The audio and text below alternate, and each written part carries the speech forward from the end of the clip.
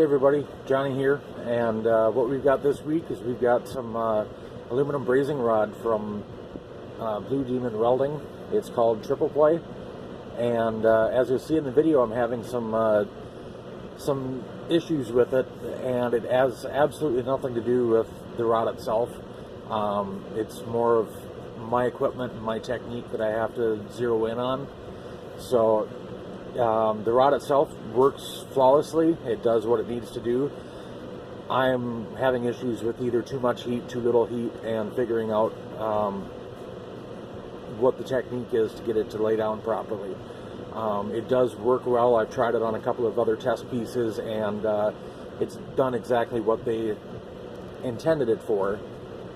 It's just on this particular piece I was having some issues. So in the future I'll grab a MAP gas torch. I think that'll be kind of a good solution to what my problem is, and I'll update with another video as I go along. So hopefully you guys like the video, and if you want to share it around, subscribe, all that sort of thing. It would be great to grow the community a little bit more, and hopefully get some projects going that everybody is more interested in. So let's get to it, and I'll see you guys later.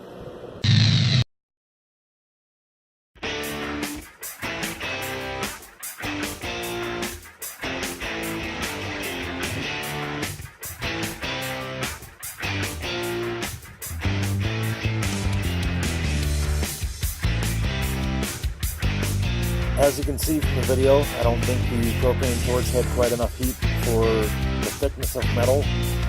This is a 44 standard grille shell, and I think it was just a little bit too thick, and it was dissipating the heat a little bit too fast for me to get enough heat to get the rod to melt. And I was getting a little bit frustrated with it, and that's when I switched over to my oxypropane setup. And I played around with that a little bit, and unfortunately that didn't work quite as well either, because it was a little bit too hot. But that's what happens when you're trying something out for the first time and trying to figure out techniques and everything. So as you can see here, the torch is actually working really well. A little bit too well. There's a little bit too much heat there. Unfortunately that torch has some issues with it. I can't quite turn it down as low as I would like to.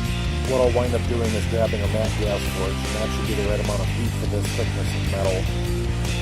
That way I won't have to bother with trying to use the cutting torch or rebuilding any of the other oxypropane torch setup.